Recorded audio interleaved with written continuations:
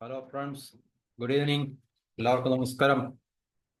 നമ്മളുടെ നാവികസേനയുടെ കരുത്തിൻ്റെ പ്രതീകമായിട്ടുള്ള നമ്മളുടെ INS വിക്രാന്ത്, ആ വിക്രാന്തിനെ കുറിച്ച് നമുക്ക് ചില കാര്യങ്ങൾ അറിയാൻ ശ്രമിക്കാം. ഇത് നമ്മൾ സ്വയം നിർമ്മിച്ചതാണ്.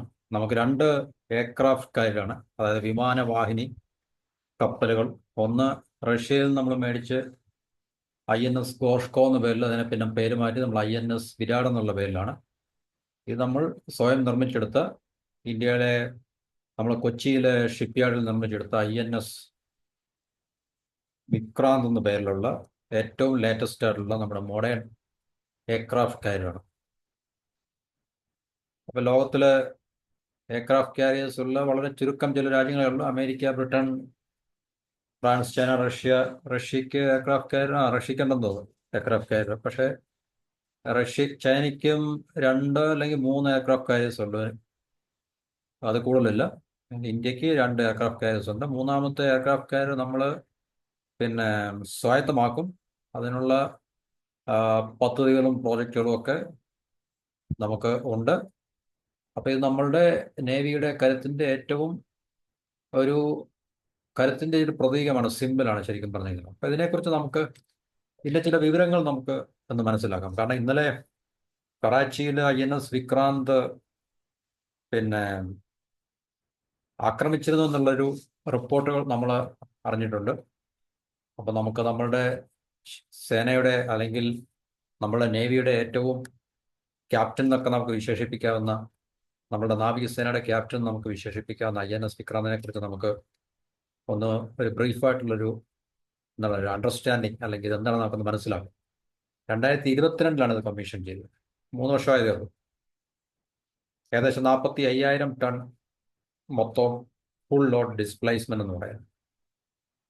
ഇപ്പം MiG-29K fighter jets, advance helicopters, ഇപ്പോൾ റഫേൽ നമ്മൾ പുതിയതായിട്ട് റഫേൽ M, അതായത് M എന്ന് പറഞ്ഞാൽ മാരിടൈം വേർഷനുള്ള നേവിക്ക് വേണ്ടിയുള്ളതാണ്.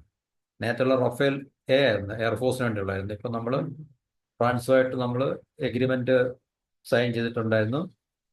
ലേറ്റസ്റ്റ് ആയിട്ടുള്ള കുറേ റഫേൽ നമ്മൾ നമ്മുടെ നേവിക്ക് വേണ്ടി നമ്മൾ വാങ്ങിക്കാൻ വേണ്ടി. അപ്പം അതുകൂടെ ആകുമ്പോഴത്തേക്ക് തീർച്ചയായിട്ടും നമ്മളുടെ നേവൽ പവറിന് കൂടുതൽ ശക്തി അല്ലെങ്കിൽ മസിൽ നമ്മൾ ആഡ് ചെയ്യുന്ന പോലെ ആയിരിക്കും. അപ്പം ഇപ്പം MiG-29K അഡ്വാൻസ് ഹെലികോപ്റ്റേഴ്സും ഒക്കെ തന്നെ ഉള്ളൂ. അപ്പോൾ ഇത് ഇന്ത്യയുടെ മാരിടൈം സ്ട്രൈക്ക് കേപ്പബിലിറ്റി, അതുപോലെ തന്നെ അറേബ്യൻ സീയിൽ, പ്രത്യേകിച്ച് പടിഞ്ഞാറൻ കടൽ തീരത്ത് നമുക്ക് ഓപ്പറേറ്റ് ചെയ്യാൻ കഴിയുന്ന തരത്തിലാണ്, അല്ലെങ്കിൽ ആ ഒരു ഡിപ്ലോയ്മെൻ്റ് ആണ് ഇതിന് ഏരിയ സ്പെസിഫൈ ചെയ്തിട്ടുള്ളത്. പക്ഷേ എവിടെയും എപ്പോഴും നമുക്ക് നമ്മളുടെ വാട്ടേഴ്സിൽ ഏത് സ്ഥലത്തും എപ്പോഴും നമുക്ക് INS വിക്രാന്തിനെ കൊണ്ടെത്തിക്കാൻ നമുക്ക് സാധിക്കും. അപ്പോൾ അത് തീർച്ചയായിട്ടും ഏറ്റവും മോഡേൺ ആയിട്ടുള്ള, വളരെ അത്യാധുനിക സാങ്കേതിക വിദ്യകളുടെ സഹായത്തിലൂടെ നിർമ്മിക്കപ്പെട്ട ഒരു എയർക്രാഫ്റ്റ് കാരിയറാണ്. ഏകദേശം 20,000 കോടി രൂപയായിരുന്നു ഇതിൻ്റെ കോസ്റ്റ്. ഇന്ത്യൻ ടെക്നോളജി, അതുപോലെ നമ്മുടെ സെൽഫ് റിലയൻസ് എന്ന് വെച്ചാൽ നമ്മളുടെ സ്വയം പര്യാപ്തത വിളിച്ചറിയിക്കുന്ന തരത്തിൽ, അല്ലെങ്കിൽ നമുക്കത് പ്രൂവ് ചെയ്യാൻ കഴിഞ്ഞു എന്നുള്ളതാണ് നമുക്ക് ഇതിൻ്റെ ഏറ്റവും വലിയ നേട്ടം എന്ന് പറയുന്നത്.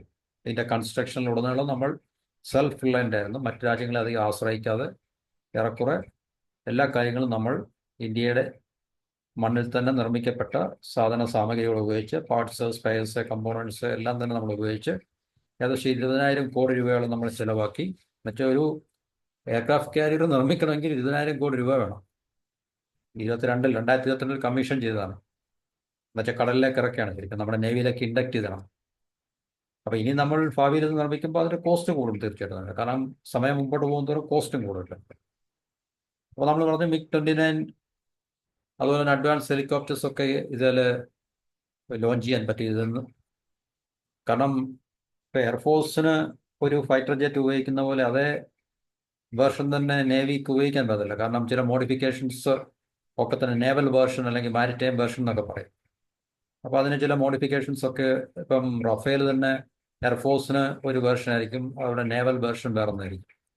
കാരണം രണ്ടും രണ്ട് പ്ലാറ്റ്ഫോമിൽ നിന്ന് ഓപ്പറേറ്റ് ചെയ്യേണ്ടതായതുകൊണ്ട് തീർച്ചയായിട്ടും അതിൻ്റെ ഫീച്ചേഴ്സിലൊക്കെ ഒത്തിരി വ്യത്യാസങ്ങളുണ്ട്. അപ്പോൾ അത് മിഗ് ആയാലും ശരി, റഫേൽ ആയാലും ശരി, അല്ലെങ്കിൽ സുക്കോയ് ആയാലും ശരി, ഈവൻ നമ്മളെ F 35 അല്ലേ അമേരിക്ക തരാമെന്ന് പറഞ്ഞത്. ഇനി നമ്മൾ ഭാവിയിൽ അങ്ങനെ ഒരു പ്ലാറ്റ്ഫോം നമ്മൾ മേടിക്കുകയാണെങ്കിൽ തീർച്ചയായിട്ടും എയർഫോഴ്സിനൊരു വേരിയൻ്റ് ഉണ്ടായിരിക്കും, നേവിക്ക് വേറെ വേരിയൻ്റ് ഉണ്ടായിരിക്കും, അല്ലെങ്കിൽ എയർഫോഴ്സിനൊരു വേർഷൻ ആയിരിക്കും, നേവൽ വേർഷൻ വേറെ ആയിരിക്കും. ഏകദേശം ഒരേ സമയത്ത് 30 എയർക്രാഫ്റ്റോളം ഇതിൽ ഡിപ്ലോയ് ചെയ്യാൻ പറ്റുമെന്നാണ് നമുക്ക് മനസ്സിലാക്കാൻ സാധിക്കുന്നത്. 262 മീറ്ററോളം ലെങ്ത് ഉണ്ടാകുന്നു, അതായത് 860 ഫീറ്റ്. 28 നോട്ട്സ് ആണ് അതിൻ്റെ മാക്സിമം ടോപ്പ് സ്പീഡ്. എന്നുവെച്ചാൽ 52 കിലോമീറ്റർ പെർ അവർ, ഒരു മണിക്കൂറിൽ 52 കിലോമീറ്റർ, അല്ലെങ്കിൽ 32 മൈൽസ് പെർ അവർ. ഒരു മണിക്കൂറിൽ 32 മൈൽ അല്ലെങ്കിൽ 52 കിലോമീറ്റർ. അത് സാറിന് നമ്മൾ കപ്പലൊക്കെ നോട്ട്സിലാണ് പറയുന്നത്, KNOTS, നോട്ടിക്കൽ മൈൽ, അല്ലെങ്കിൽ അതാണ് എപ്പോഴും നമുക്ക് അതിൻ്റെ ഒരു മെഷർ അതാണ്. അതിനെ നമുക്ക് കിലോമീറ്ററിലേക്ക് കൺവേർട്ട് ചെയ്യുമ്പോൾ 52 കിലോമീറ്റർ പെർ അവർ, ഒരു മണിക്കൂറിൽ 52 കിലോമീറ്റർ. ശരിക്കും പറഞ്ഞാൽ വലിയ സ്പീഡൊന്നുമില്ല, കാരണം വലിയൊരു ജൈജാന്റിക്കാറുള്ള സാധനമാണ്. 7500 നോട്ടിക്കൽ മൈൽസ് വരെ ഉണ്ട് അതിൻ്റെ എൻഡുറൻസ് എന്ന് പറഞ്ഞാൽ. 13,900 കിലോമീറ്റർ എൻഡുറൻസ് എന്ന് പറഞ്ഞു കഴിയുമ്പം അതിനൊറ്റ ഒറ്റ സ്ട്രെച്ചിലൊക്കെ ജേർണി ചെയ്യാൻ കഴിയുന്ന ഒരു ദൂരമായിരിക്കും അത്. 2300 കമ്പാർട്ട്മെന്റ്സ് ഉണ്ട്. ഏകദേശം 1700 സീമൻ എന്ന് വെച്ചാൽ സെയിലേഴ്സ്, അതായത് ക്യാപ്റ്റൻ ഉൾപ്പെടെ. ഷിപ്പിന്റെ ക്യാപ്റ്റൻ ആണല്ലോ കമാൻഡിങ് ഓഫീസർ. അപ്പോൾ കമാൻഡിങ് ഓഫീസർ ഉൾപ്പെടെ 1700ഓളം സീമൻ ആണ്, സെയിലേഴ്സ് ആണ് അറിയപ്പെടുന്നത്, നേവൽ ഷിപ്പിലെ സെയിലേഴ്സ്. എന്നുവെച്ചാൽ 1700ഓളം സ്റ്റാഫ് എന്ന് ഉദ്ദേശിച്ചാൽ മതി. അപ്പം തീർച്ചയായിട്ടും വലിയൊരു എന്താണ് ഒരു ജയന്റ് തന്നെയാണ് ശരിക്കും പറഞ്ഞാൽ. അതിനൊരു ഹോസ്പിറ്റൽ കോംപ്ലക്സ് ഉണ്ട്, ഫീമെയിൽ ഓഫീസേഴ്സിന് പ്രത്യേകം ക്യാബിൻസ് ഉണ്ട്. അതുപോലെ തന്നെ അതിൻ്റെ കോറിഡോർസ് എല്ലാം കൂടെ നമ്മൾ എടുത്ത് വെച്ച് നോക്കുകയാണെങ്കിൽ ഏകദേശം 8 കിലോമീറ്റർ ഉണ്ട്. കപ്പലിനകത്തുള്ള മൊത്തം കോറിഡോർസ് എല്ലാം കൂടെ നമ്മൾ ജോയിൻ ചെയ്ത് വെക്കുകയാണെങ്കിൽ 8 കിലോമീറ്ററോളം, 8 കിലോമീറ്റേഴ്സ് ഓഫ് കോറിഡോർസ്. അതുപോലെ 8 ജനറേറ്റേഴ്സ് ഉണ്ട്. ഏകദേശം 2 മില്യൺ ആൾക്കാർ താമസിക്കുന്ന ഒരു സിറ്റിയെ പ്രകാശിപ്പിക്കാൻ കഴിയുന്ന തരത്തിലുള്ള 8 ജനറേറ്റേഴ്സ് ഉണ്ട്. അത്രയ്ക്ക് പവർഫുൾ ആയിട്ടുള്ള 8 ജനറേറ്റേഴ്സ് ആണ്. 2 മില്യൺ 20 ലക്ഷം, 20 ലക്ഷം അല്ലേ. 1 മില്യൺ 10 ലക്ഷം, ദശലക്ഷമാണ് 1 മില്യൺ. 2 മില്യൺ 2 ദശലക്ഷം, അത് 20 ലക്ഷം. 10 ലക്ഷം പ്ലസ് 10 ലക്ഷം, 20 ലക്ഷം, 2 മില്യൺ ആണ്. എന്നുവെച്ചാൽ അത്രയും ആൾക്കാർ താമസിക്കുന്ന ഒരു ടൗൺ അല്ലെങ്കിൽ സിറ്റിയെ പ്രകാശിപ്പിക്കാൻ കഴിയുന്ന തരത്തിലുള്ള, അല്ലെങ്കിൽ അത്രയ്ക്ക് കഴിവുള്ള കപ്പാസിറ്റിയുള്ള 8 ജനറേറ്റേഴ്സ് ഉപയോഗിക്കുന്നുണ്ട്.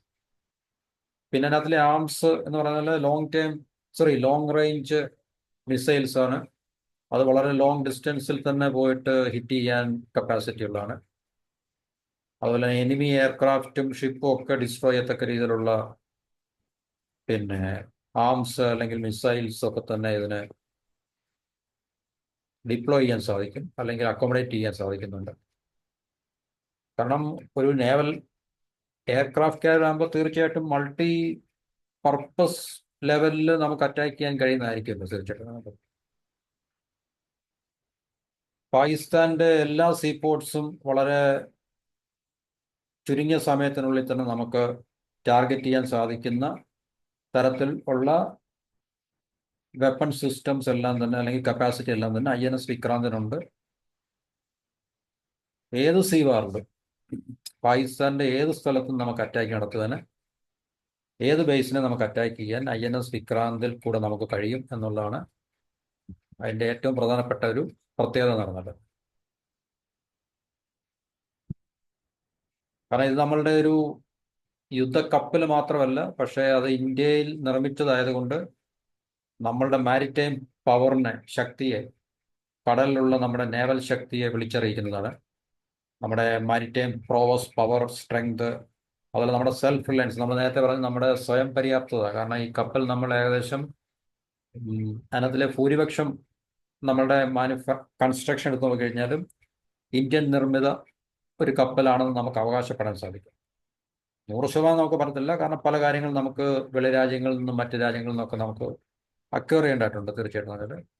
എന്നാലും ഏറെക്കുറെ എല്ലാ കാര്യങ്ങളും നമ്മൾ ഒരു സെൽഫ് റിലയൻസ് എന്നതിൽ സ്വയം പര്യാപ്തത നമുക്കതിനകത്തിൽ പ്രകടിപ്പിക്കാൻ സാധിച്ചു എന്നുള്ള അതിൻ്റെ പ്രത്യേകതയാണ്. നമ്മുടെ മാരിടൈം ബോർഡേഴ്സ്, കാരണം നമുക്ക് കുറേ വളരെ ബൃഹത്തായിട്ടുള്ള നമ്മുടെ ഉണ്ടല്ലോ, അത് നമ്മുടെ ബോർഡർ, സീ ബോർഡർ ഉണ്ട്, അല്ലെങ്കിൽ മാരിടൈം ബോർഡർ ഉണ്ട് നമുക്ക്. അപ്പോൾ അതിനെ നമ്മൾ പ്രൊട്ടക്റ്റ് ചെയ്തേ മതിയാവൂ. കാരണം നമുക്ക് നമ്മുടെ രാജ്യത്തിൻ്റെ സുരക്ഷയുടെ ഒരു പ്രശ്നമാണ്. അപ്പോൾ തീർച്ചയായിട്ടും നമ്മുടെ നേവൽ ഫോഴ്സിനെ നമുക്ക് എപ്പോഴും വളരെ സ്ട്രെങ്തൻ ചെയ്തുകൊണ്ടിരിക്കേണ്ട ഒരു ആവശ്യങ്ങളുണ്ട്. കാരണം പ്രത്യേകിച്ച് ചൈനയുടെ അവസ്ഥ, ചൈനയിൽ നിന്ന് നമ്മൾ നേരിടുന്ന ഭീഷണികൾ, അല്ലെങ്കിൽ ചൈന നമുക്ക് മുൻപിൽ വെക്കുന്ന വെല്ലുവിളികളൊക്കെ തന്നെ നമുക്ക് വളരെ കൃത്യമാണ്. അപ്പോൾ അതുകൊണ്ട് തീർച്ചയായിട്ടും നമുക്ക് മറ്റു സേനകളെ ശക്തിപ്പെടുത്തുന്നത് പോലെ തന്നെ നമ്മുടെ നാവികസേനയും ശക്തിപ്പെടുത്തേണ്ട ഒരു ആവശ്യം ഉണ്ട്. അതിനകത്ത് തീർച്ചയായിട്ടും ഗവൺമെന്റ് പ്രതിജ്ഞാബദ്ധമാണ്. അവരതിനകത്ത് കൃത്യമായിട്ടുള്ള നടപടിക്രമങ്ങൾ ചെയ്യുന്നുണ്ട്. കാരണം നേവൽ പവർ ഇൻക്രീസ് ചെയ്യാൻ വേണ്ടി ഗവൺമെന്റ് കാര്യമായ രീതിയിലുള്ള ഇൻവെസ്റ്റ്മെന്റുകൾ നമുക്കുണ്ട്. നമ്മുടെ സബ്മറൈൻ ഫോഴ്സിനായാലും ശരി, അല്ലെങ്കിൽ ഉപരിതലത്തിലുള്ള നമ്മളുടെ നേവൽ പവറിനെയൊക്കെ തന്നെ കൂട്ടുവാനും വർദ്ധിപ്പിക്കാനൊക്കെ തന്നെ ഗവൺമെന്റ് കാര്യമായിട്ടുള്ള ശ്രമങ്ങൾ നടത്തുന്നുണ്ട്. കാരണം നമുക്ക് തീർച്ചയായിട്ടും കൈയും കെട്ടി നോക്കി നിൽക്കാൻ പറ്റുന്ന ഒരു ലോകക്രമമല്ല ഇപ്പോൾ നമ്മുടെ മുമ്പിലുള്ളത് എന്നുള്ള കാര്യം നമുക്ക് മനസ്സിലാക്കുക എന്നുള്ളത് വളരെ പ്രധാനപ്പെട്ട ഒരു കാര്യമാണ്. അപ്പോൾ INS വിക്രാന്ത് നമ്മളുടെ നേവിയുടെ നേവൽ ശക്തിയുടെ ഒരു പ്രധാന ഘടകമായി മാറിയതോടുകൂടി നമുക്ക് തീർച്ചയായിട്ടും ഏത് നേവൽ ബാറ്റിൽ എന്ന് പറയുന്നത്, നമുക്ക് കടൽ യുദ്ധവും നമുക്ക് വളരെ ആത്മവിശ്വാസത്തോടുകൂടി അല്ലെങ്കിൽ കോൺഫിഡൻ്റ് ആയിട്ട് നമുക്കതിനെ നേരിടാം എന്നുള്ളതാണ് നമുക്കിതിനകത്തിൽ നിന്ന് മനസ്സിലാക്കാൻ സാധിക്കുന്നത്. അപ്പോൾ ഇതാണ് നമ്മളുടെ INS വിക്രാന്തിനെ കുറിച്ചുള്ളൊരു ചെറിയ വിവരണമെന്നുള്ളത്. ഏകദേശം 30ഓളം ഫൈറ്റർ ജെറ്റ്സും അഡ്വാൻസ് ഹെലികോപ്റ്റേഴ്സും എല്ലാം അക്കോമഡേറ്റ് ചെയ്യാൻ സാധിക്കുന്നതാണ്. അപ്പോൾ ഇതൊക്കെയാണ് അതിൻ്റെ സ്പെസിഫിക്കേഷൻസ്. അപ്പോൾ തീർച്ചയായിട്ടും ഇത് നമ്മുടെ നേവിയെ സംബന്ധിച്ച്, നമ്മുടെ രാജ്യത്തിൻ്റെ നേവൽ പവറിനെ അല്ലെങ്കിൽ മാരിടൈം പവറിനെ സംബന്ധിച്ച് വലിയൊരു മുതൽക്കൂട്ടാണ്. അപ്പം പാകിസ്ഥാനെ പോലുള്ള ഒരു രാജ്യത്തിന് തീർച്ചയായിട്ടും നമുക്ക് ശക്തമായിട്ടുള്ള ഏതവസരത്തിലും തിരിച്ചടി നൽകുവാനും അല്ലെങ്കിൽ പ്രതികരിക്കാനും നമുക്ക് കഴിയത്തക്ക രീതിയിൽ സുസജ്ജമായിട്ടുള്ള ഒരു നേവൽ ഫോഴ്സ് തന്നെയാണ് ഇന്ത്യക്കുള്ളത്. അപ്പോൾ അതിൻ്റെ ലീഡറായിട്ട്, ക്യാപ്റ്റനായിട്ട് നമുക്ക് INS വിക്രാന്ത് ഉണ്ട്. ഇനിയും തീർച്ചയായിട്ടും മറ്റൊരു പിന്നെ വിമാനവാഹിനി കപ്പലുകൾ ഉണ്ടാക്കി വരുന്നത് നമുക്ക് 5-6 വർഷം, 6-7 വർഷമെങ്കിലും, മിനിമം ഒരു 10 വർഷത്തിന്റെ ഉള്ളിലെങ്കിലും നമുക്ക് നിർമ്മിച്ചെടുക്കാൻ പറ്റുന്ന ഒരു കാര്യമാണ്. അപ്പം ഇനിയും ഇന്ത്യക്ക് ഇതുപോലെ ഒരു വിമാനവാഹിനി കപ്പലിന്റെ ഒരു ആവശ്യകത ഉണ്ടെന്ന് ഗവൺമെന്റ് മനസ്സിലാക്കിയിട്ടുണ്ട്. അപ്പോൾ അതിന്റെ പദ്ധതികളും അല്ലെങ്കിൽ മറ്റു രീതിയിലുള്ള ബ്ലൂ പ്രിന്റുകളൊക്കെ തയ്യാറായിക്കൊണ്ടിരിക്കുകയാണ്. അതിനെക്കുറിച്ച് ഫൈനലായിട്ടുള്ള ഒരു തീരുമാനങ്ങളൊന്നും ആയിട്ടില്ല. തീർച്ചയായിട്ടും ഇന്ത്യൻ നേവി ശക്തിപ്പെട്ടുകൊണ്ടിരിക്കുകയാണ്.